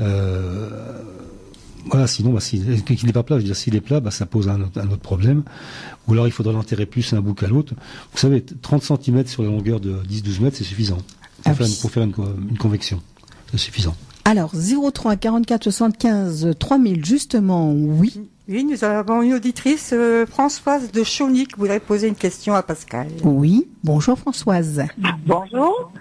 Bonjour Françoise. Bon, voilà, je voudrais vous poser une question. J'ai un petit souci avec un rosier sol pleureur. Il a des embouts tout blancs et je sais pas quoi mettre dessus pour le traiter. Alors, votre rosier est tout blanc? Oui. C'est de l'oïdium, madame. Ah oui. Et qu'est-ce que je dois mettre? Alors, l'oïdium à titre préventif, je dis à titre préventif naturel, il y a une chose qui marche bien, c'est le lait. Ça fait rire tout le monde. Oui. Mais le lait, donc à titre maintenant, nous sommes à titre, vous il est atteint, donc il faut le soigner. Et malheureusement, pour le soigner à ce stade-là, il n'y a que des produits chimiques. Oui. Voilà, vraiment efficace. Hein, je vais être très franc avec vous. J'ai essayé pas mal de choses. Parce que moi je l'ai traité avec comment qu'on appelle ça, un traitement spécial pour maladie des rosiers. Oui. Et en fin de compte, je trouve que là ça se gagne partout sur mon rosier. Et je suis inquiète parce que j'ai peur que les boutons ne s'ouvrent pas. Alors, non, c'est le point de vue aspect, c'est pas très beau. Alors, votre rosier va être un peu affaibli, mais normalement, il n'y aura pas de problème de floraison, normalement. Oui. Alors, en plus, il a fait très chaud et humide avec les orages. Et l'oïdium, et l'oïdium, et donc, il y a des rosiers qui sont sensibles à l'oïdium, notamment chez moi, j'ai un rosier qui est originaire des montagnes rocheuses, donc qui est habitué au froid, et en France, il fait trop chaud pour lui. Donc, tous les ans, il a l'oïdium. Je le traite pas. Je préfère le laisser se défendre. Et je pense qu'avec il va faire ses anticorps. Je lui demande de les faire. Donc il a 14-15 ans. Il est pas grand encore. Hein. Pas grand. Moi là, il aura que 2 ans. Et il était tout minuscule quand je l'ai eu, mais là, je vois, il est immense, il a très très bien poussé, mais là, je suis inquiète, c'est que en espace de 15 jours, il devient tout blanc. Oui, mais ça c'est le. Votre rosier est le long d'un mur, je pense, il n'est pas aéré. Moi, il est dans le milieu de ma pelouse, à l'air libre. Donc vous avez un rosier qui est sensible à l'oïdium. Alors, donc il y a des variétés comme ça, il y a des races, hein, ça existe. Hein. Qu'est-ce que c'est comme race, votre rosier? Moi, c'est un rosier. Vous savez, on met un tuteur dans le milieu, puis ça ressemble comme un gros parasol, et ça fait des toutes petites roses. Ouais, c'est un rosier tige. Voilà. Mais Mais la variété. eux, ils appellent ça, moi, où je l'ai acheté dans le magasin, c'est un professionnel, comment, ils appellent ça le rosier sol pleureur. Oui, ça c'est le comment dirais-je, c'est le type de rosier. C'est le retombé des, voilà, des branches. Mais la variété, comment il s'appelle, ça peut être un centenaire de Lourdes, ça peut être un multiflora, ça peut être ça c'est que c'est intéressant à savoir. Mais de toute façon, il fleurit tout le temps, n'importe comment. C'est un remontant, voilà. Voilà. D'accord. Ok. Mais là, je vous dis maintenant, à ce stade-là, s'il atteint, malheureusement, que il faut être franc, il y a des maladies lorsqu'elles sont déclarées, ben, il n'y a plus grand chose à faire, avec des produits naturels, je parle, hein. Ça va peut-être atténuer, mais ça fera pas grand chose, hein. Une décoction de prêle, éventuellement, parce que ça va stopper, parce que c'est un champignon, l'oïdium, comme toutes ces bestioles-là, hein, on va dire, et ça va stopper un peu, puis en mettant de la prêle, vous allez changer l'acidité de la plante un peu, ça peut marcher, mais c'est pas évident, franchement c'est pas évident. Oui, parce que là vraiment je suis déçue, parce qu'en plus hier on a eu un gros rage de pluie, et je me suis dit qu'avec l'eau, j'ai peur qu'il s'abîme de plus. Ah bah, avec l'humidité et la chaleur, oui, effectivement, l'oïdium va s'accentuer, hein, normalement. Mais, oui, en plus. Mais normalement, il mourra, mais votre rosier ne mourra pas pour ça, hein. Il ne va pas mourir pour ça. Non. Il n'y a pas de danger. Non, s'il meurt, il mourra d'autre chose, hein. Mais pas de ça. Voilà, tout à fait.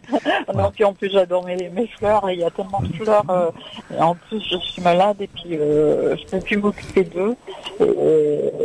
J'étais à la campagne avant, et bon, maintenant, je suis arrivée à la ville, mais bon, je suis petite fille de cultivateur et tout, et... On aime bien ces fleurs, hein. J'adore, mais puis j'adore mon jardin. C'est dommage, et là j'ai tout réduit à des tout petits morceaux parce que j'ai attrapé une mauvaise maladie. J'ai attrapé la maladie d'Ernest dans l'os. Françoise, est-ce qu'il y a une autre question que vous vouliez poser justement à Pascal en ce qui concerne les fleurs, les plantes, le potager? C'est pareil, j'ai planté on a planté des tomates et on les a mis sous serre, pour pas qu'ils soient trop abîmés avec les pluies, parce que les pluies acides abîment quand même les tomates. Et même dans la serre, est-ce qu'on doit les traiter ou pas? Parce que nous on a l'habitude aussi de faire du purin d'ortie, comme j'ai entendu vous parler. Parce que moi je travaillais avant, on travaillait beaucoup la culture biologique, et donc c'est pour ça je voudrais savoir si on peut encore traiter avant qu'il y ait des maladies sur les tomates. Alors votre serre, la dimension de la serre, je vous demandais. Est-ce que c'est une grande serre? Est-ce que c'est une grande serre? Non, c'est un tunnel à peu près de 2 mètres de haut. Oui, et donc surtout là, en aucun cas, même la nuit, fermez pas les portes de votre tunnel. Aérez au maximum. Est-ce qu'il y a des aérations latérales sur le côté? Oui. Donc, ouvrez-les aussi. Ouvrez tout. D'accord. Moi, j'ai des grands tunnels. Il est ouvert de chaque côté. J'ai dit à mon mari de pas fermer parce que je m'y connais un peu dans tout ça. Et moi je lui ai dit qu'il fallait laisser de l'air pour qu'il rentre à l'intérieur. Et je lui avais parlé d'ouvrir un peu, de rouler les bordures de chaque côté pour qu'il puisse avoir un peu plus d'air. Oui. Et et là j'ai fait pareil. J'ai fait des concombres extérieurs. Est-ce qu'il y a un danger pour eux aussi, vu que mon rosier est pas loin de mon concombre? Normalement, c'est pas la même souche, mais alors, si vos concombres n'ont pas encore été atteints, pulvérisez avec du lait. D'accord. Voilà. D'accord. C'est efficace, c'est gras, c'est efficace, à titre préventif, à titre préventif uniquement. Alors Pascal, du lait entier, du lait demi-écrémé, du lait, c'est ça, non mais du lait vert, non c'est du lait, c'est ça du lait de. Moi je vais chez l'agriculture d'à côté, je prends du lait. Du lait de vache. Ah ben oui, toi t'as sûr. Après ça serait du luxe, après du lait de chèvre, ça serait du luxe. Une bouteille de. Voilà. Alors, en fin de compte, une bouteille de lait là. Voilà, oui, juste pulvérisé. D'accord. Tout simplement, voilà. D'accord. Tout simplement. Mais par contre, pour revenir à vos tomates, n'hésitez pas à les Ou les arroser une fois tous les 15 jours avec un peu de purin d'ortie dilué à 10% dans de l'eau. Hein. Est-ce que vous avez de la consoude? Non. Alors, on en trouve facilement le bord des routes ou on en trouve vers les marais aussi parfois. C'est une plante qui... Vous savez comment elle est faite, non? Qui fleurit rose, violette, blanche, ça dépend, avec des grandes feuilles. En fait, un purin, c'est le meilleur engrais qui puisse exister. D'accord. Et donc, si vous pulvérisez sur les feuilles à 5% seulement. D'accord. Et arroser 10%. Tous les 15 jours, vos tomates sont magnifiques. D'accord. Par contre, moi j'ai l'habitude de... Bon, je sais pas... moi, ça fait des années que je fais des tomates et ça marche très bien pour quand il fait très très chaud. Je les bute. Vous voulez Buter, comme les pommes de terre. Oui, ça peut rien. Voilà. La seule chose qui va se produire, c'est que moi, je trouve qu'elle se racine plus facilement et, si vous voulez, elles ont tendance à avoir besoin moins d'eau que quand on les laisse comme ça au sol. Et moi, je trouve qu'elles gardent beaucoup l'humidité. Ça fait combien de temps que vous faites ça? Ben, je dirais j'ai 58 ans et j'ai une petite fille de maraîcher. D'accord, ah oui. Alors, moi de toute façon je mets du fumier autour. Donc ce qui se passe quand vous butez, de la paille. Voilà, du fumier carrément. Donc lorsque vous butez, de toute façon sur la tige émet des racines au contact du sol. Donc il y a plus de racines, donc le plant est plus fort, donc il se nourrit mieux. Ah, oui. Donc c'est tout à fait logique. Oui, parce que moi, je vois l'année dernière, j'ai ramassé des tomates de 1. Bon, je voulais téléphoner à Puisalène, mais bon, j'ai pas pu le faire. Et j'ai ramassé des tomates de 1,5 kg. C'est beau. En effet. Des beaux fruits. Quelle variété? J'ai eu des concombres, j'ai jamais vu ça, mais aucun pépin à l'intérieur. Le plus grand, il faisait 50 cm. Oui, c'est un beau spécimen déjà. Oui, mais bon, c'est pareil. C'est bon, l'histoire, c'est de s'en occuper. Tout à fait, oui, bien sûr. Et d'être souvent. Mais bon, moi, j'ai une habitude, c'est d'éviter d'arroser, mais de donner des coups de crochet. Aéré. Un binage pour 2 arrosages. Voilà. Ah oui, c'est vrai. Ma grand-mère me disait toujours, il faut mieux que tu donnes un coup de binette ou un coup de crochet, ça te vaudra 3 ou 4 arrosages. Donc votre grand-mère, elle avait raison. Alors, non, ça s'explique parce que en séchant, la terre fait une croûte. Et bien sûr, donc la plante respire moins bien d'une part, et par capillarité, l'eau est aspirée effectivement. Ça s'explique facilement. Il n'y a pas de problème. Oui. Mais donc, effectivement, biner, c'est bien. En plus, ça permet de désherber un petit peu. Et lorsqu'on bine au pied de ces tomates ou autres légumes, on a le temps de les regarder. Oui, et je vous donnerai aussi un petit conseil, je ne sais pas si vous le faites aussi au niveau des rosiers, pour les gens qui taillent les rosiers, je ne sais pas. Moi, j'ai l'habitude de tailler mes rosiers 3 feuilles en dessous du bouton, et je ne coupe pas la coupure, je ne veux pas qu'elle soit sous une feuille. Pour que quand l'eau, elle descend, elle coule dessus, elle ne coule pas dans le creux de la feuille. Ah oui, ça. Alors j'ai fait un stage de taille chez André Hebb, le grand rosieriste qui nous a quittés l'an dernier, à Pithiviers. Effectivement, c'est ce qu'il nous enseignait, de ne pas tailler. Voilà. Et bon, essayez de donner un petit conseil pour non, c'est tout à fait. Ils sont bien. Ils ont des petits bouts de jardin, des petits bouts de petits parterres de fleurs. Mais bon, moi, je suis en ville et en face de chez moi, j'ai des HLM. Et quand je vois les gens dans les HLM, ils me disent toujours, je ne sais pas comment tu fais pour avoir de si jolies fleurs. On me dit, tu devrais faire des concours. Mais bon, quand je vois qu'est-ce qui est tombé hier comme pluie, j'ai un rosier qui venait de s'ouvrir, ça faisait 3 jours. Et toutes les pétales, elles sont tombées. Ah oui, ça malheureusement, c'est un petit peu... Voilà, la pluie a fait beaucoup de dégâts hier, mais bon, on n'a pas eu de grêle. C'est la chose plus intéressante. Le côté positif, ça a arrosé vos plantations. Voilà. Bon, écoutez, je vous remercie beaucoup du conseil. Mais nous aussi, Françoise, on vous remercie parce que vous nous avez donné aussi des bons conseils. Hein. Oui, puis je vous écoute tous les jours.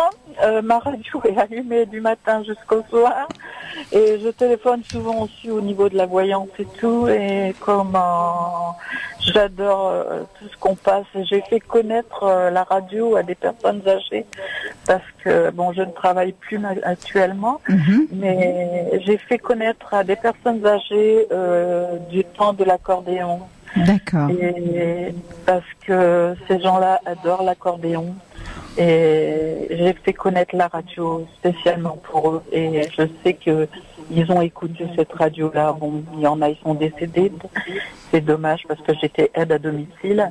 Et comme je dis un gros bonjour à toutes ces personnes âgées qui sont tout seules chez eux. Ben, c'est très gentil de penser à eux. Je sais ce que c'est de vivre seul pour eux parce que j'ai vécu dans ce métier-là et je trouve que il manque beaucoup de monde pour s'occuper de ces gens-là. Oui, c'est vrai. Merci Françoise. Un grand merci et puis à bientôt. Nous remercions votre appel. Au revoir. Merci Françoise. Françoise qui nous appelait de Chauny, hein, c'est ça?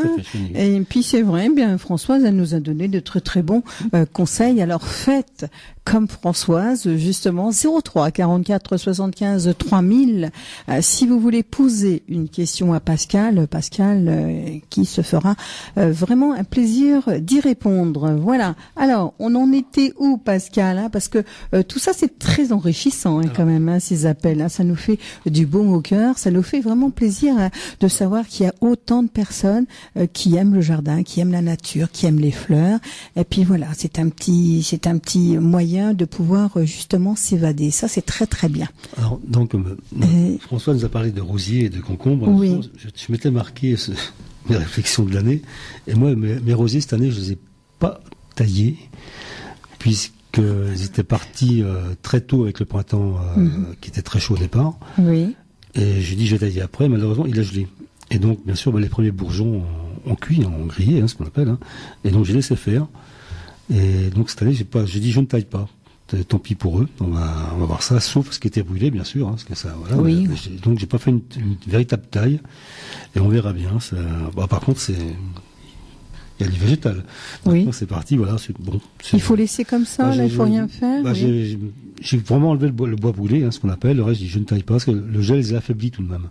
Alors, bien sûr, Françoise est en ville, donc déjà, ces rosiers sont protégés. Plus protégés, oui. Peut-être un peu trop, parce que l'oïdium, souvent, c'est un manque d'air, l'aération. Donc, voilà. Donc, c'est simplement comme ça. Elle parlait des concombres. Alors, si on veut de très beaux et des concombres très très longs, c'est ce que je fais. Je le fais pour plusieurs raisons. Je les fais monter dans des treillages à béton. Vous savez, ces grilles qu'on met dans le béton, du béton qui font 2,20 m sur 1,10 m. Et le concombre monte très facilement dedans. C'est un avantage, c'est que c'est pas bête, le fruit pend, il est propre, il touche pas le sol. Et en plus, on économise de la place parce que verticalement, ça prend pas de place. Ça, c'est pas bête. C'est vrai qu'il faut y penser, hein. C'est ce que je fais, parce que c'est pratique. En plus, ça vaut pas de fortune, ça doit valoir 2,20 €, un truc, quelque chose comme ça. C'est vrai. Voilà. Bon, le plus embêtant, c'est la transporter. Alors, on peut la rouler pour la transporter aussi. Mais c'est vrai que c'est bien parce que bon, c'est des petits trucs et astuces que qu'on doit prendre aussi éventuellement pour améliorer. Hein. Oui, d'une part pour travailler moins, parce que le concombre, on peut le laisser au sol.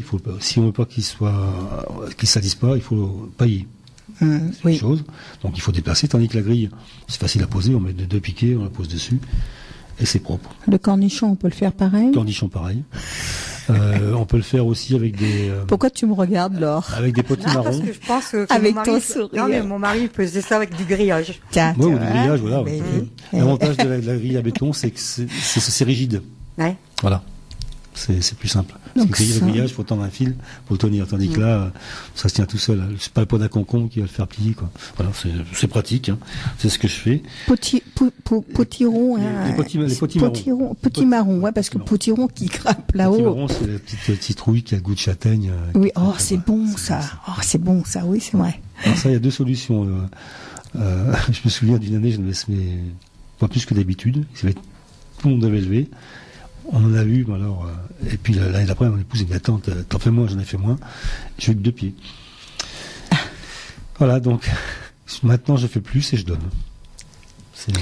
Alors, Pascal, on va se marquer une petite pause parce que c'est vrai que petite musique comme ça entre les deux, ça va nous faire souffler un petit peu, voilà un petit peu ce qu'on peut faire et de quoi peut-on parler ensuite, après. Si mon petit cadeau il est prêt, parce qu'elle a beaucoup de travail aujourd'hui, hein, répond oui, au téléphone. C'est vrai que vos questions, eh bien, ça nous ravit. Hein. Le temps, eh bien, justement, de rappeler un petit peu le numéro de téléphone, et puis, tu nous mets 2 petites musiques comme tu veux, mon petit cadonné. On va mettre avec Christian Delagrange, avec Première fille, première femme. Et qui sera suivi de Chauny avec Sache que.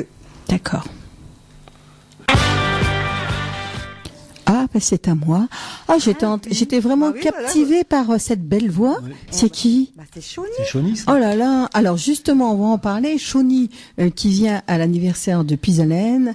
Avant, c'était Michel Monaco. Et tu as dû passer... C'était pas Michel Monaco. Ah, pardon, c'était quoi? C'était Christian Delagrange. Christian Delagrange. Voilà, c'est parce qu'on est en train de discuter Monaco, avec... C'était avant Michel Monaco. Oui, c'est vrai. Donc, c'est vrai, toute une panoplie de chanteurs qui viennent à l'anniversaire de Pisalène. On va rappeler un petit peu la date. C'est le 24 juin. Et bien sûr, c'est à la salle de Tracy-le-Mont.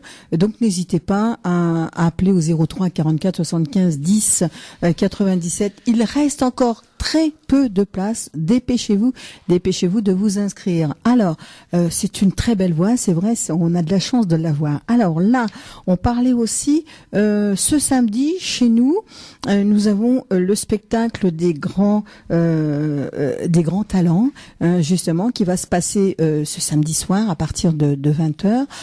On aura aussi une grande pléiade d'artistes pas très connus et qui, là, éventuellement, eh bien, vont se faire connaître ce samedi dans un très grand spectacle aussi. Alors, en même temps, eh bien, oui, on en parlait avec Pascal. C'est vrai que nous avons une sortie extérieure. C'est on va dire, c'est le samedi aussi et le dimanche. Nous avons un Ampsel. Les 2 jours, c'est la guerre. C'est les 100 ans de la guerre, donc qui fait que là-bas, nous sommes en extérieur. On va essayer de faire du direct aussi avec toutes les personnes qui organisent ce très grand, on va dire cette très grande manifestation. Hein. Sur les 2 jours, même, je dirais même sur les 3 jours, puisque le lundi 5 juin, eh bien, c'est un grand spectacle à Nampsel avec les baladins d'histoire. Voilà ce que l'on peut dire, ce qui peut vous attendre ce week-end. On a beaucoup de choses ici à Radio Pisalène. Alors Pascal, là, nous on repart où? Avec nos tomates? Tomates ou autre chose, autre fruits ou légumes. Autre chose. 03 44 75 30 00 si vous voulez justement demander des petits trucs et astuces à Pascal. Il n'hésitera pas à vous répondre. Et puis de toute façon, le jardin est une science qui est en permanence en mouvement, ça évolue. Comme disait Benjamin, la météo n'est pas une science exacte. Le jardinage, il y a une partie de science effectivement, mais il y a beaucoup de hasard dû aux éléments extérieurs qu'on ne maîtrise pas, hormis dans certains cadres professionnels. Le jardinier amateur, non, on ne maîtrise pas tout, et c'est très bien comme ça. C'est très très très bien. Et parfois ça a des avantages. Par exemple, cette année, il a gelé, on n'a pas éclairci les pommiers. Oui, c'est vrai. Vu ce qui reste, il y aura de très grosses pommes. C'est naturel, oui, c'est ça, voilà, c'est ce qu'on appelle. Il faut regarder le côté positif. Voilà, parce qu'un jardinier, normalement, est très positif. Oui. Oui. Alors, comme dit un copain, moi, quand je suis dans le jardin, c'est tellement beau, je m'assieds et je regarde. C'est vrai. Mais alors, dis leur pouce. Mais des fois, on n'a pas, c'est vrai ce que tu dis, des fois, on dit, quand on est toujours en train de travailler, en train de bosser, on regarde pas assez tout ce qu'il y a autour on va dire de chez nous. Hein. Et puis quand on se pose, eh bien c'est là qu'on se pose des questions, c'est là qu'on dit tiens ça c'est pas mal, tiens mais toi je t'avais pas vu, toi mais qu'est-ce que tu fais là toi? Oui c'est vrai. Hein. Ces plantes font en partie de notre paysage journalier. On les voit, mais on ne les regarde pas, en fait. Oui. Elles sont là. Et puis, parfois, elles nous disent qu'elles sont malades, comme le rosier de madame. Ah, tiens, oui, ou alors on dit, là, moi, elle commence à fleurir, le rosier, pour certains, là, les rosiers remontants, mais il y a des magnifiques, il y a des choses. Oui, alors le rosier de madame, comme tu me dis, tu me rassures aussi, parce que j'avais peur qu'elle le perde. Moi, j'avais peur que, allez, on peut le tailler non, vraiment. C'est pas beau, c'est sûr. Hein. C'est une maladie, malgré tout, tout de même. Hein, ça va l'affaiblir. Mais j'en ai jamais vu mourir, moi. Franchement, non. C'est quand même robuste. Hein. Un rosier, c'est robuste. Oui. Bon, là, c'est un rosier, donc, tige pleureur. Mais on ne sait pas la variété, hein, voilà, parce que ça peut être une variété assez rustique. J'en ai un, moi, donc, que voulait absolument mon épouse, qui est une nouvelle création anglaise, hein, et je trouve faible. Et donc, effectivement, alors c'est le problème des nouvelles variétés créées. Aussi bien d'ailleurs en matière de tomates qu'autre chose, parfois les plants sont faibles parce qu'ils n'ont pas encore ils sont pas climatés, donc il faut leur donner le temps, c'est tout. D'accord. Ah non, ce rosier, c'est un rosier de David Ostide, hein. David Ostide qui est un rosieriste anglais qui fait des choses, c'est fabuleux ce qu'il fait, c'est extraordinaire. Hein. Et donc cette nouvelle variété, il a sa deuxième année, je trouve qu'il est fait. Mais un rosier, il peut mettre 3 ans pour s'acclimater. Hein, ah oui. Et prendre sa place. Donc on va laisser faire. Hein. On va le laisser. Voilà. Alors, donc puisqu'on jardine beaucoup, on a des légumes, on a des fruits, et il faut bien, comment dirais-je, lorsqu'on les cuisine, les parfumer, il faut des condiments. Ah oui, c'est vrai. Ça me fait penser au thym, il me semble que Laure t'a promis un pied de thym qui t'attend là-bas. Je crois ça paraît qu'il est très beau. Il est très beau, il est en fleurs avec ça. Hein, ça fait partie des plantes aromatiques, ça, c'est ça. Tout à fait, oui, Eh ben oui, on a failli l'avoir, hein. On a failli, mais c'est ça. Si, vous allez l'avoir, mais pas aujourd'hui. Flûte alors. Donc actuellement, il y a 2 solutions, où on sème soi-même, hein, pourquoi pas. Alors, mais ça met quand même du temps. Hein, le thym, il se sème tout seul, de toute façon, ça pose aucun problème. Ouais. Le thym, après ça pousse tout partout. Hein. Ouais. C'est vrai. Ah oui, ça c'est. Et vous avez de la chance parce que c'est pareil, il faut quand même une terre qui fait que c'est de la terre à thym, parce que non, pas forcément. Moi, il se ressème dans les gravillons, juste devant l'entrée de la maison, il y en a partout. Bon. Sauf cette année là, parce qu'on a fait des travaux, donc il a pas aimé. Voilà, bon c'est comme ça. Donc on va planter le thym, on peut planter l'estragon, on peut planter la sarriette, la coriandre, le fenouil, le fenouil, ça fait pas. C'est condiment, mais il se mange. Hein. Oui. On peut le planter. Là maintenant semer, ça va être un peu tard, mais si on en trouve des plants aussi, c'est le temps de planter aussi. Persil, la ciboulette, le persil à double, qu'est-ce qu'il y a encore, le cerfeuil. Le cerfeuil, oui. La coriandre, c'est. La coriandre, oui, c'est joli aussi. Enfin, ça sent bon, ça. Ça parfume, de toute façon, un bon poisson. Oui. Voilà. Et donc, on peut les planter maintenant. Parce qu'il faut qu'il fasse relativement chaud tout de même. Et ça prend peu de place, généralement. Voilà. Alors, malheureusement, c'est que la plupart de ces plantes ne sont pas vivaces, hormis le thym, qui est vivace, le romarin qui est vivace. Le romarin, ça c'est bon, ça sent bon. Soleil, que ça sent bon, j'en ai un pied chez moi, c'est ça. Ah oui, ça c'est. Voilà. Mais ça sent bon, c'est bien. Oui, ça agrémente franchement la cuisine. Hein, c'est une façon d'agrémenter. Donc on peut les planter maintenant ou se semer encore, mais là on peut encore. Mais bon, voilà, il va falloir le faire. Je dis ça en plus, moi c'est pas fait. Il vaut mieux aller acheter son petit pied de. Non, son petit pied. Oui, parce que là, faut quand même. On est au mois de juin. Je suis. Ça peut aller vite. Il y a des plantes comme tout ce qui est coriandre, le thym, ça allait relativement bien. Bon, le persil, c'est très long. Très très long. Alors, persil, il faut le faire au mois de février. Voilà, exactement, voilà. Il y a des astuces, on le met dans du marc de café pour l'humidifier, Alors, il y a une autre astuce qui fonctionne relativement bien sur les plantes qui lèvent mal. On met les graines au congélateur. Et donc, lorsqu'on les sort, ça réveille la dormance. C'est-à-dire, s'il est à moins 27, moins 25, et que l'on passe à 20, 25 degrés, l'écart est tellement grand, pour la plante, il fait très très beau. Donc, ça la réveille très rapidement. Et moi, tout ce qui est les panais, je le fais, les carottes, je le fais, le persil tubéreux, Alors ça, c'est une plante ancienne. On recommence à en voir un peu sur les marchés, dans les restaurants. En gros, c'est un persil qui fait une grosse racine que l'on cuisine comme des carottes ou du panais. Ah oui, une racine blanche. Au goût, c'est très très fin, c'est très très bon.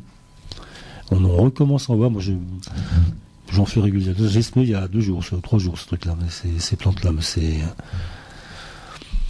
c'est bon. Voilà, c'est tout. D'accord. Puis en plus, il n'y a pas d'entretien. On sème. Une fois que c'est élevé, il n'y a pas de souci. Alors, un petit conseil pour justement les herbes aromatiques, tout autour faut pas trop les éloigner, de façon qu'on puisse les avoir peut-être à côté de la cuisine, ça serait bien. C'est l'idéal. Ah bah tiens, faut pas qu'on ait à aller jusqu'au fond du jardin, parce que moi j'envoie les enfants. Hein. Oui, alors. Allez me chercher un brin de persil, mais bon, c'est pas forcément ce qui me ramène. Voilà. Mais effectivement, moi, les plantes, tout ce qui est condiments sont de part et d'autre de l'entrée de la maison. Oui. Voilà. Moi, j'aimerais les avoir dans le jardin, mais madame n'aime pas courir pour chercher un brin de sarriette ou quoi que ce soit. Moi, je suis comme madame.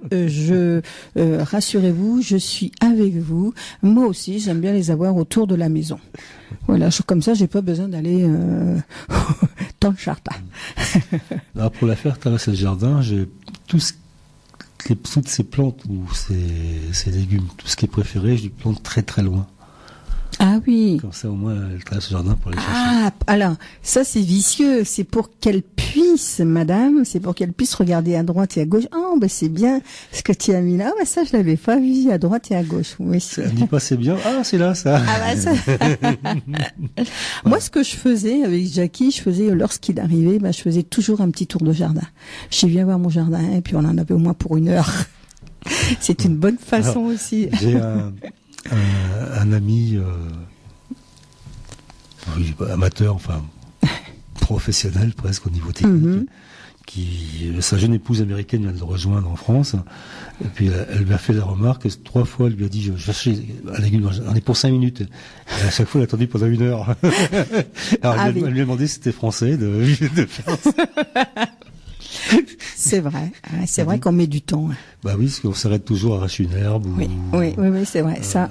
Ou il y a toujours quelque chose qui, tiens, ça c'est pas bien attaché. Oui, il y a toujours quelque chose à faire dans le jardin. C'est bien, au moins elle découvre le côté français. Oui.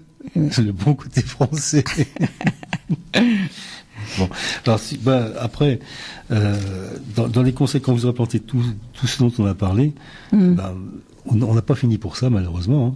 Ce serait trop. Ah ben voilà, tiens, c'est madame qui dit arrête de raconter des bêtises. Tout ça mérite Johnny. Oui. Ah, alors là nous étions en train, je pense que oui, 15h58, c'est une émission qui va se terminer, oui. Puisque ça se termine à 16h. Alors là, donc il y a de l'entretien à faire pour avoir planté. Oui. Donc biner beaucoup pour arroser moins. Et puis biner encore. Après, vous pourrez consommer de très bons légumes. C'est le petit truc à faire. De toute façon, comme disait Madame Françoise, c'est ça de Chauny, qui nous disait, biner vaut 2 arrosages ou 3 arrosages. 4, la grand-mère. 4, même la grand-mère disait. Et c'est vrai, Madame, vous avez bien raison. On bine. Voilà. Ce qui fait, c'est que on n'a pas besoin de mettre de désherbant. Et ça, c'est une chose qui maintenant va devenir interdit. On bine. PTB, prends ta binette et bine. Voilà. On se balade un petit peu et puis on fait un petit tour dans le jardin, on passe 1 heure, mais de toute façon c'est ce qu'il faut. Quand on aime, on ne compte pas, on passe le plus de temps possible dans notre jardin. Ah tout à fait, oui. C'est considéré comme un havre de paix et de plus en plus de jardins reviennent dans les maisons de retraite, dans les endroits où il y a des gens qui souffrent de maladies quelles qu'elles soient longues. Oui. D'une part, en France, on est tous plus ou moins attachés quand même à la terre, qu'on le veuille ou non. C'est vrai que ça fait du bien, ça, de sentir la terre, de faire quelque chose. Et puis c'est vrai qu'ils font de belles choses maintenant, comme tu dis, pour les personnes d'un certain âge. Et maintenant, on met là, par exemple, j'ai donné des plants de tomates à la ville de Coucy, le château, donc ils vont planter partout. Et il y a une dame âgée pourtant qui va planter devant les marches de l'église. Des tomates devant la marche de l'église. À l'église, en bas des marches de l'église. Voilà, bon, je trouve ça sympa. Moi, je trouve surtout venant de la part d'une personne âgée, donc il y a quand même un certain respect de certaines choses. Oui. Je ne veux pas dire que les jeunes ne respectent pas tout, mais on a évolué, les mentalités ont évolué, voilà. Et donc je trouve ça sympathique. Moi, je trouve. C'est vrai. Voilà. Oui. Puis c'est bien. Eh ben, tout à fait. Alors Pascal, une émission qui se termine, on va laisser la place maintenant. Alors, bien sûr, tu vas faire son émission romantique, amour, je ne sais pas, moi, tu nous as choisi beaucoup de choses, mais à rigoler, tu romantique. Donc Pascal, nous, on se retrouve dans un mois. Oui, c'est fin juin. Ah, déjà, ben oui, parce qu'on est au mois de juin. Quand le jeudi, on sera le 1er juin. Là, on va se retrouver à la fin du mois, comme d'habitude. Hein. Ce sera les vacances. Presque. Ce sera presque les vacances. Voilà, mais il y aura encore beaucoup de choses à faire aussi. Hein. Ils sont préparer les vacances. Oui, et voilà. On ne part pas n'importe comment. Oui, c'est vrai. Oui, c'est vrai. Puis débrouille-toi, puisque vous avez un bon voisin, qui peut venir et puis s'occuper d'aller manger vos salades. Eh ben oui. Merci Pascal. Merci à toutes et à tous. À bientôt. Merci aussi aux auditeurs et auditrices qui nous ont appelés. Hein. On pense à Jean-Bernard, on pense à Françoise et également pas Sébastien, Benjamin. Voilà. On vous fait, bien sûr, on se retrouve la semaine prochaine avec une émission de jardinage, 14h-16h. Quant à nous, je vous laisse. Et c'est Laure qui va prendre le relais. Encore 2 heures. Et puis, je pense que tu vas gâter tous les auditeurs et auditrices de Radio Pisa. Je pense. Bon, tu penses. Merci de votre... On verra bien si j'ai bien beaucoup d'appels, c'est parce que ça a plu. D'accord. Merci de votre fidélité. À très bientôt et continuez d'écouter Radio Pisalène.